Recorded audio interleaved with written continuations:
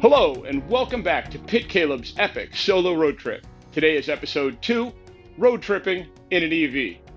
I'm PittCaleb, and let's look at how I'm going to be ambling about the country for 6,000 miles.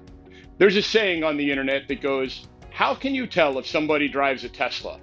The answer being, just let them talk. Now, if you watch part 1, Trip Planning, then you know I drive a Tesla. I didn't really come out and say it. PittCaleb here from New Jersey, USA.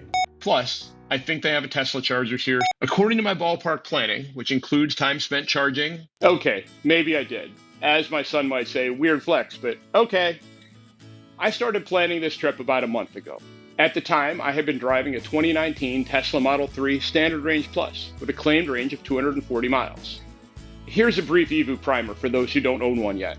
Just like a regular vehicle, which I will refer to as ICE, standing for internal combustion engine, that claim range is often off by maybe 5 or 10%.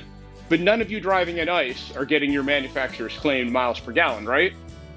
My Model 3 was rated at 225 watt-hours per mile. My lifetime average is 248, which includes summer, winter, mountains, and plains. So I'm getting about 11% off of that claim range. I consider this okay. In the summer, it's much closer, maybe only 5% off, really. So my 240-mile range is more like 213.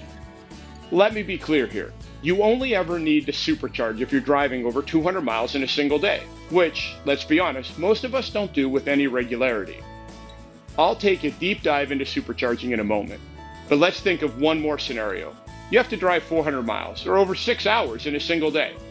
If you're going to go 400 miles, you can go 200, charge, then reach your destination. One charge, you're all set. So what I'm going to talk about next only applies the 2 or 3 times a year that you would drive over 400 miles at a pop.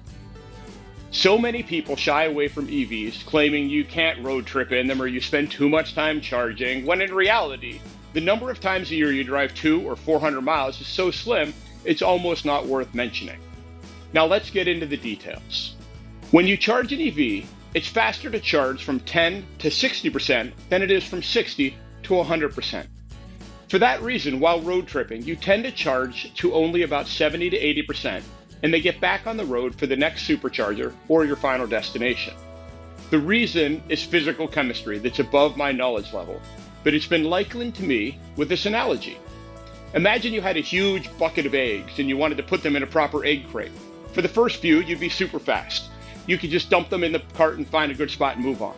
After the carton gets about half full, you're going to have to be much more careful where you place it so that you can find an open spot and you don't break anything.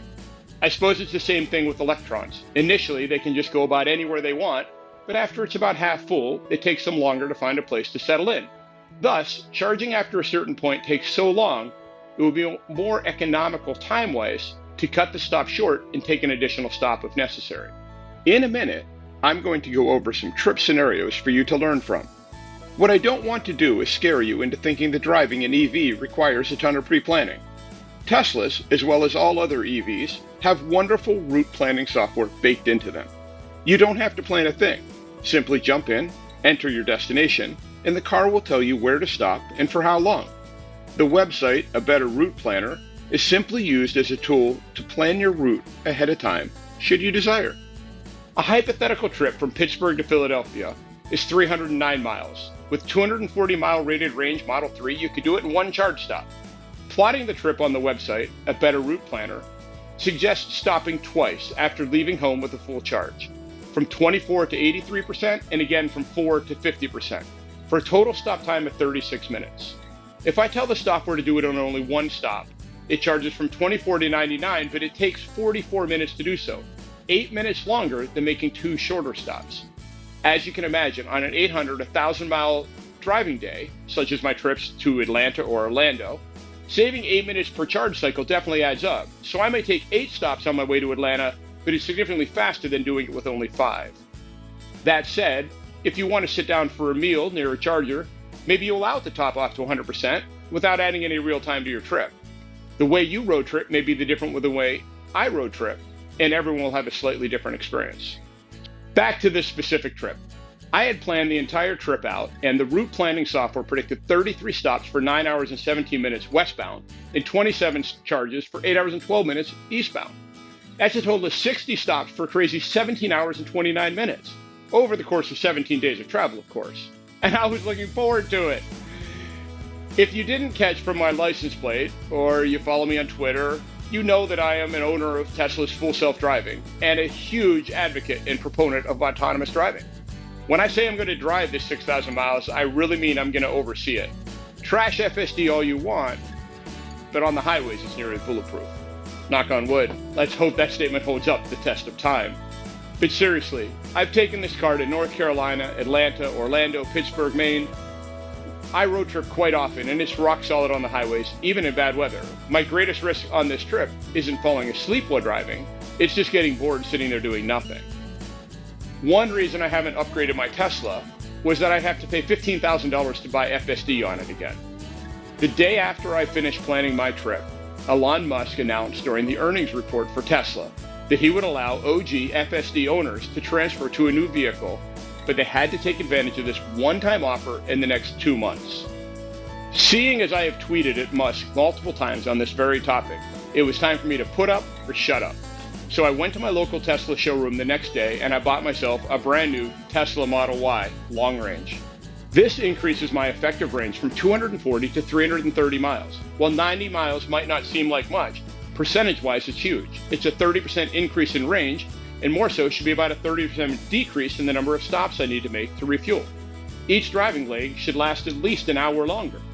So while I have long been an advocate that people can certainly get along with a 240-mile range EV, and I have for 4.5 years, and I've road tripped at 1,000 miles in a single day numerous times, and I'd planned on taping it on this epic road trip, I'm upgrading, or upgraded. Speaking only to the range for the moment, and running the same route in a better route planner, it's now showing 23 stops for 7 hours. That's 10 fewer and almost 2.5 hours less time stopped. On the return, it's similar with the savings of about 6 charge stops and another 2.5 hours. Overall, I will spend about 5 hours less time stopped, which is wonderful, but don't overthink it. This is a 6,000 mile road trip where I'll be spending almost 100 hours in the car. This is not normal by any definition. When people ask me the general question, how long does it take to charge your Tesla? My answer is about 30 seconds. On a normal day, as long as I drive under 200 miles, I get home, I back in the driveway, hop out, and plug it in. Boom, done. When I get up the next morning, the car's fully charged and ready to do it all over again. It's only when you do these crazy road trips that you get charges and stop times of this magnitude. One final note. Let's go back to the hypothetical weekend jaunt from Philly to Pittsburgh. 2 stops for 36 minutes in total. Now I know there are some of you who would say, I do that trip without stopping. My car can drive 400 miles on a tank of gas. I hear you, but let's be honest. Most people are going to stop once, just because. When you stop, unless you literally jog to the rest area and take a quick pee and jog back out, you're spending 20 minutes. Driving a Model 3 standard range adds 2 short stops to your trip. It doesn't add 36 minutes, it adds 16 at most. When I stop to charge, I immediately plug in. Then I get back in my car, pick up my trash, walk inside, go to the bathroom, grab a drink, maybe get a snack. By the time I get to my car, 15 minutes has elapsed easily. Using the route planner, the total stops for this trip will be 44 for 12 hours and 35 minutes. That means my average charge stop will be only 17 minutes. That's just enough time to get out of my car, walk for a hot minute, and jump back in. Now I will tell you, on days where I have to make good ground, I do not sit down to eat. I grab my food from a cooler, or I buy it at the rest stop, or fast food next to a charging location, and I eat it on the go. With an EV, especially on a long drive, you must minimize the downtimes or it will come back to haunt you. And remember, with FSD, eating a sandwich or peeling a banana is so much easier to do when you don't have to steer. I hope you've learned a little bit about the ins and outs of trip planning with an EV. Today was part 2. Next week, I'll be uploading the final video before the trip about packing and preparing the Model Y for the road trip.